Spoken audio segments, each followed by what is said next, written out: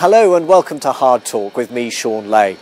The Baltic way out of financial crisis is austerity, and Latvia led the way. When banking collapse wiped out a quarter of its economy and unemployment shot up to 20%, it took drastic action. Critics, though, say that the correction was harsher than necessary because the currency was pegged to the euro. So why does Prime Minister Valdis Dombrovskis hope that later this month, here in Brussels, the EU will say yes to Latvia becoming the 18th member of the Eurozone, even when many of his own citizens are against joining?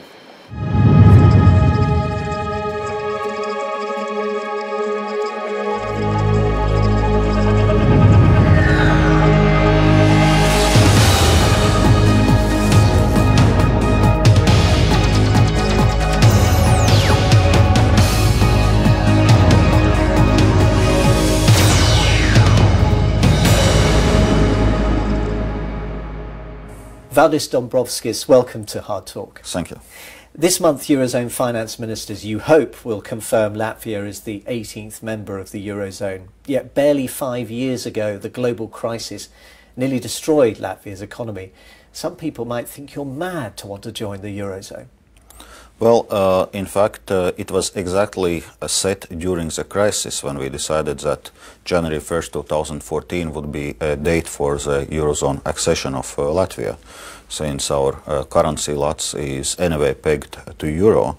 So, in fact, during the crisis, not being part of the Eurozone was part of the problem and not part of the solution, because besides doing all the structural adjustment, we also had to defend our currency, and there were speculations about devaluation of Lats and so, and we in fact were also dealing with that problem parallelly to dealing with our budgetary and structural problems. But equally, because you were pegged to the euro, some would say that your hands were tied. You couldn't devalue, for example, in order to help reduce some of the pressures, and you had to go through some pretty severe measures. I mean, a fifth of your economy, virtually nearly a quarter, vanished.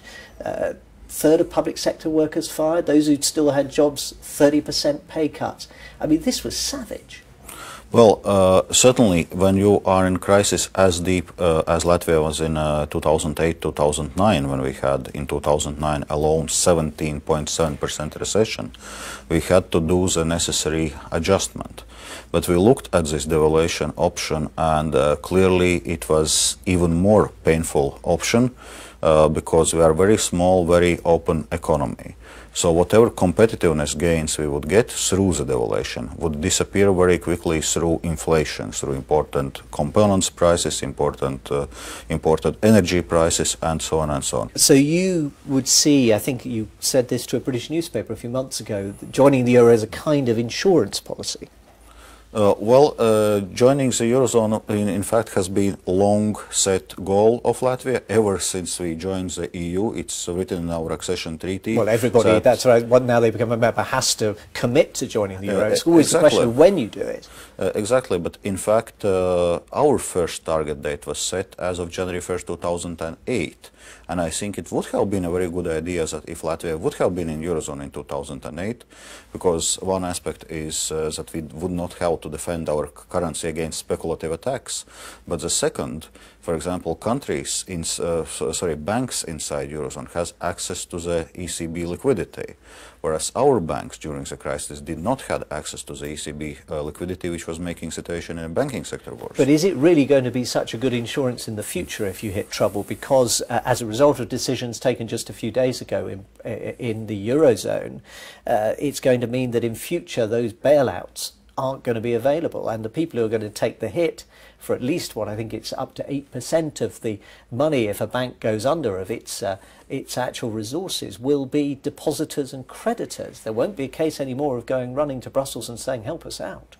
Well, clearly there are going to be bail-ins in certain cases in Eurozone, should there be some problems and so, because it's often discussed that, and it's not the case only in Eurozone, it's also outside the Eurozone, how fair it's to make taxpayers to pay for a banker's mistakes. And it's primarily should be really the shareholders and the creditors of the banks which should be taking the hit. You say your country is committed as a member of the EU to joining the Eurozone, to joining the currency. But your voters aren't so sure, are they? A survey by Latvitas Fakti back in September last year showed 59% against joining the euro. Even within that figure, there was still, 35% saying they would never join. The rest said maybe, but not yet. Even among the yeses, 35%, 21%, nearly 22% of them said not now, sometime in the future. There's not a lot of enthusiasm for the euro in Latvia. Well, I could ask a question, what could you expect given the situation that for 3 years what people have heard about Eurozone, it's crisis, crisis and crisis. And no wonder that people are not very enthusiastic. And then it's a government task to explain the economical reasoning, why it's a good idea for Latvia to join, how it will to help lower interest rates, how it will eliminate currency conversion Judging costs. by these figures, you're not doing a very good job of it. Well, those are the figures, as you mentioned, of the October last year. By now, public support is steadily improving. In fact, already for a half a year we have an information and communication campaign explaining both the economical reasoning of joining, explaining the nature of the Eurozone crisis, that it's not a euro crisis. Euro as a currency, if you look, it's doing just fine, closer to its historical maximums and minimums. TNS Latvia back in April, I think, had done a survey a few weeks before that put the yes at 36%. That's still quite a long way short of where you'd like it to be. Well, we continue to work on this. Also, after the final decisions on the euro accession, which are going to be July 9th by ECOFIN, we then will launch the second part of campaign, actually explaining more the practicalities. So what exactly people can expect, because there are some macroeconomic worries, but most people worry about practicalities. What will happen with their savings in cash, in bank accounts? Will prices go up? So you need to explain all those practical reasons. The Baltic way in terms of economics has been austerity, and you've had a lot of praise for that. Christine Lagarde of the IMF says Latvia has returned to strong growth. You've become more competitive in world markets through wage and price cuts. You have restored confidence. Do you have any doubts at all about the effect austerity is having in Europe? Well, certainly austerity per se is not helping with economic development. It's quite clear. But it's also clear that when you are in a situation like Latvia was in 2008, 2009, when financial markets are not trusting you, then you better act quickly to do the necessary adjustment in order to be able to return to the financial markets. And it's come at a price, hasn't it? There has been a big price for a lot of people in your country who find that they have suffered as a result. Yeah, but what I'm willing to say is that yet we are the fastest growing EU economy. The third poorest country. Well, we were, by the way, the third poorest country before the crisis. Indeed, things have not improved, and your economy is, what, 12.5% smaller than it was before the crisis. So yes, you got 4.5% economic growth last year. Well, you might get 5% this year, but it's from a low base. Yeah, let's look at this economic development. Certainly one thing is that we could not continue with economic development as before the crisis, because it was not sustainable. We were running more than 20% of GDP current account deficit. We had double-digit economic growth, yet not balanced budget, real estate bubble, consumption boom, now amount of credit in economy in 4 years' time increased more or less 4 times. This is something you cannot sustain. And according to the IMF, before the crisis, Latvia's economy was overheated somewhere around 10% above potential. So for the last 2 years we had economic growth of 5.5, 5.6%, meaning that currently our economy has returned to the potential, and now we can grow really with our economic potential. So we do not have bubble anymore. One of the advantages that Latvia has enjoyed, as you said, has been an open economy for a long time, is that it has had the advantage of foreign investment, a lot of it into banks. Of course, that was part of the problem back before, at the time of the financial crisis, with some of those Danish and Swedish banks, lots of cheap credit, lots of money available for people. And it was your second largest bank collapsing that acted as the catalyst for the crisis. Now, the European Central Bank has signed you off, as it were, on joining the euro, but it's still worried about that. It says the reliance on non-resident deposits as a source of funding is again on the rise and represents an important risk to financial stability. Are you worried by it? Well, certainly this is a development we are closely following, And what we are doing in terms of those non-resident deposits, those banks which are primarily engaging in this activity are faced with much stricter capital adequacy and liquidity requirements. So you're starting to discourage them from having so much It's already foreign money. happening. It's already happening. It's not a new policy. And in fact, as a result of this policy, our banking sector capitalization is well above EU average. But it's also worth mentioning that we have a relatively small banking sector. Indeed, but even the ECB observed that the share of GDP represented by these foreign deposits, which I think were running at half of all deposits in Latvian banks, more or about less, 10 billion euros. Even the ECB was saying this is substantially higher than in most other EU countries. And of course, everybody knows what happened in Cyprus, where that dependency on, in that case, Russian money, which is also an issue for you in Latvia, helped to trigger the crisis. You're not in an entirely comfortable position. Well, I think there are quite a few important factors why our situation is very different from Cyprus. First, Cyprus is really a banking center with banking sector assets being somewhere above 700% of the GDP, at least before the crisis in Cyprus. EU average is somewhere like 360% of GDP. Latvia's is below 130%, so we have a small banking sector, and in terms of banking sector capitalization, before Cyprus crisis, Cyprus banks had a worst capitalization in EU 27. Ours is well above EU average. And yet the ECB is worried enough to say it may be difficult to control domestic price pressures and avoid renewed economic exuberance, which is code for a boom. Well, exactly. That is something what we need to watch in terms of credit developments, even though currently I would say the worry is still that not that banks are crediting too much, but that the credit is still too tight, and that Latvia is not unique in this. It's a worry for the whole of the EU. But certainly what we need to follow through are our competitiveness factors, ensuring that wage developments are in line with productivity developments, ensuring those factors we identified in our competitiveness report. So there are lots of things which we need to do and which we need to constantly monitor to make sure that we do not develop another bubble as it was before the crisis. What if the Russians were to pull their money out? I mean, you could argue that they've plenty of reasons to feel potentially uncomfortable with what's happening in Latvia. You've got this big NATO exercise later in the year, which is Steadfast Jazz, which is about the idea of what happens if a foreign power were to occupy some territory of a NATO member. You're taking part in that exercise. Dmitry Medvedev, who you've met, the Russian Prime Minister, said he's worried about new participants emerging close to our border will change the parity, and we'll have to take this into account and respond to that. And then there's this business of the Latvian Parliament saying that people can have dual nationality, but not if their other nationality is Russian.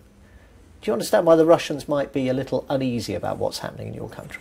Well, so was the question really about the money or about relations with Russia? It's about relations with Russia. Well, probably I'll then still answer the first part of your question about the money. Certainly we have done also the stress test of our banking sector, assuming that half of the non-resident deposits would disappear.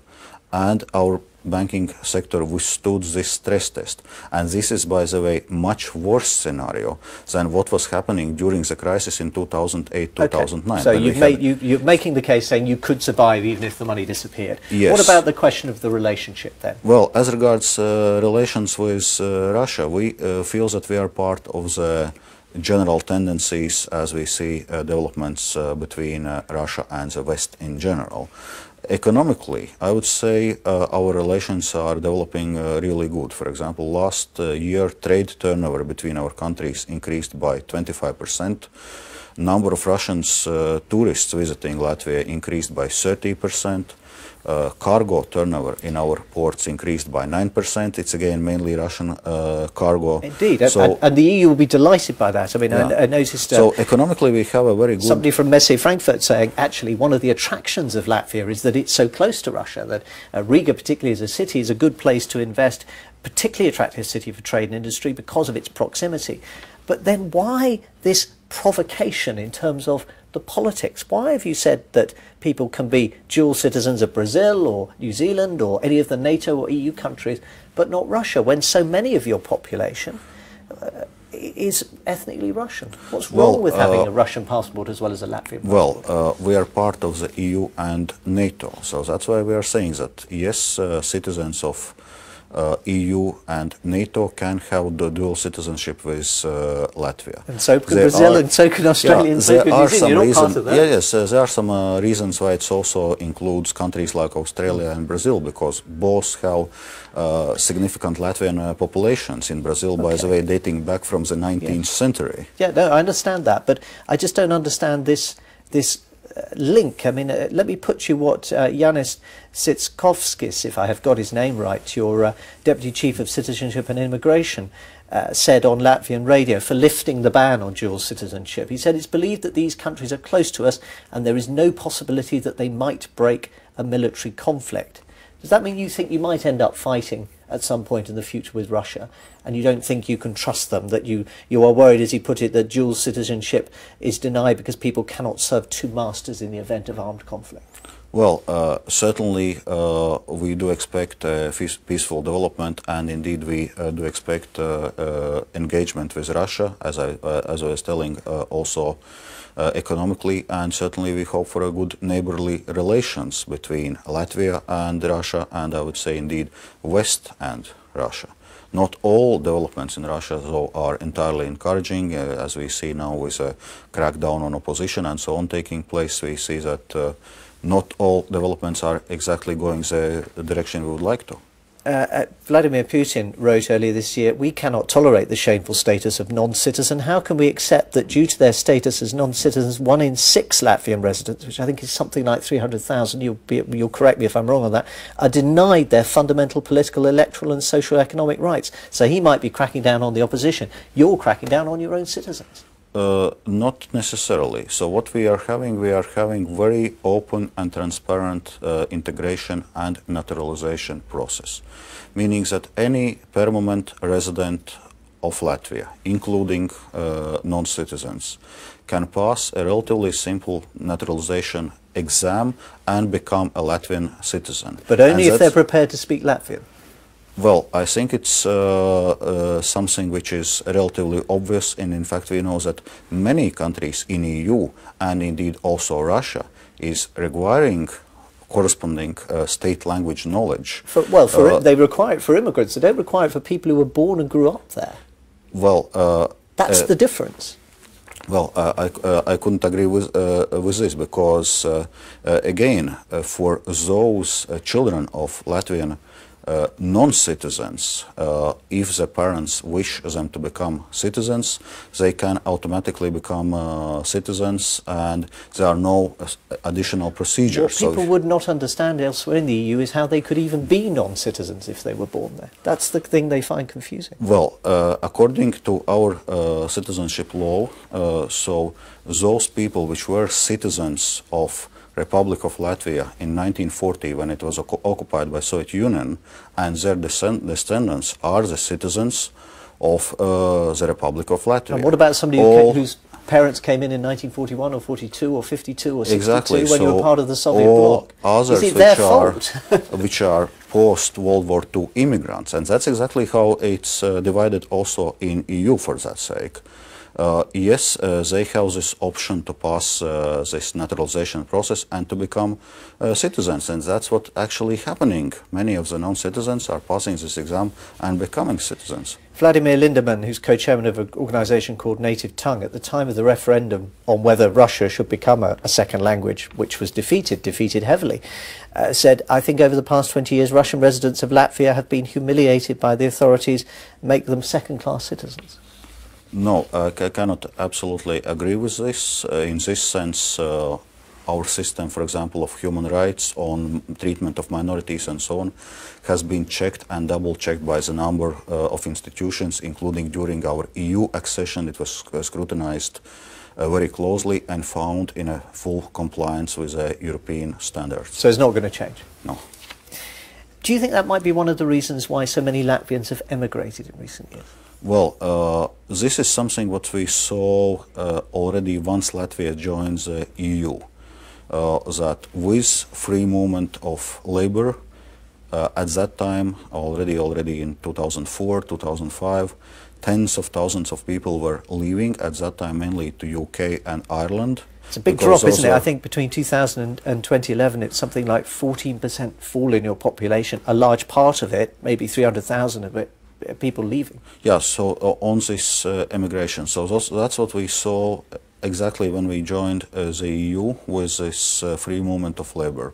Now, what we also saw is that with economic development, with job opportunities and so on in 2006, 2007, this process slowed and even reverted. People started more to return, which showed that it's a economy which is at the heart of this problem.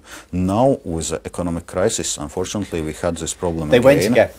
And this is one of the biggest concerns we are having right now. It's a long-term concern, isn't it? It is, absolutely. Because if you can't reverse that, and there are those who wonder if you can. I mean, I noticed that Martin Kazak's chief economist at Swedbank was saying that if you define the tipping point as the point of no return, in some respects we passed it. With an ageing population, pensions and welfare, the growth rate of the economy is going to be lower. I mean, there are some statistics suggesting that by 2060, on current trends, for every 4 Latvians of working age, there would be 3 over 65. That's not sustainable. Well, that's, as I said, is certainly one of the biggest concerns now, what to do with immigration, and for this, again, best answer we can provide is really economic development and job creation, because when people see perspective in Latvia, they don't need to go anywhere. How many do you want back? What sort of proportion are you hoping to?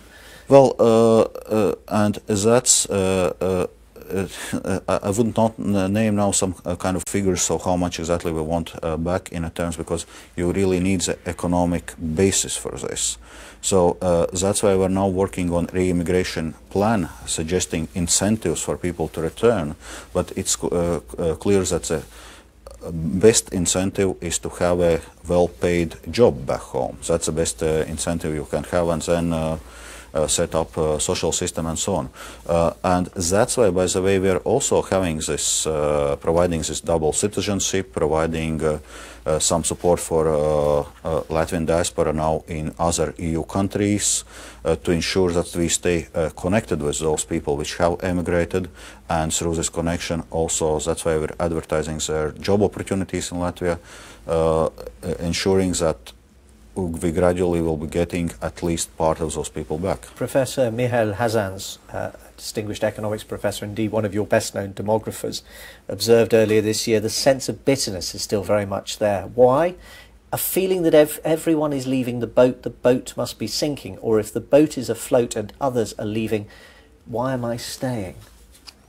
Well, this is something you really, again, need to correct through the economic development. But you accept there are people who feel that? You know? Well, certainly, with this crisis which we had back in 2008, 2009... he was saying it this year. When Latvia was a economy in a deepest trouble in the European Union, it was creating huge problems for people. So now, with economic development, with job creation, we actually can gradually correct this situation. So it's really mainly about economy, what we need to do to address this problem, and to stay engaged with the people right now, to stay engaged with our diaspora abroad, and then provide this re-immigration plan, ensuring that part of the people would return. But indeed, it's a huge concern, and we need to react both on immigration, and also already in this year's budget, we provided substantial additional benefits package for families with children, also thinking of the demographic situation, which is a related concern. Valdis Dombrovskis, Prime Minister of Latvia, thank you very much for talking to Hard Talk. Thank you.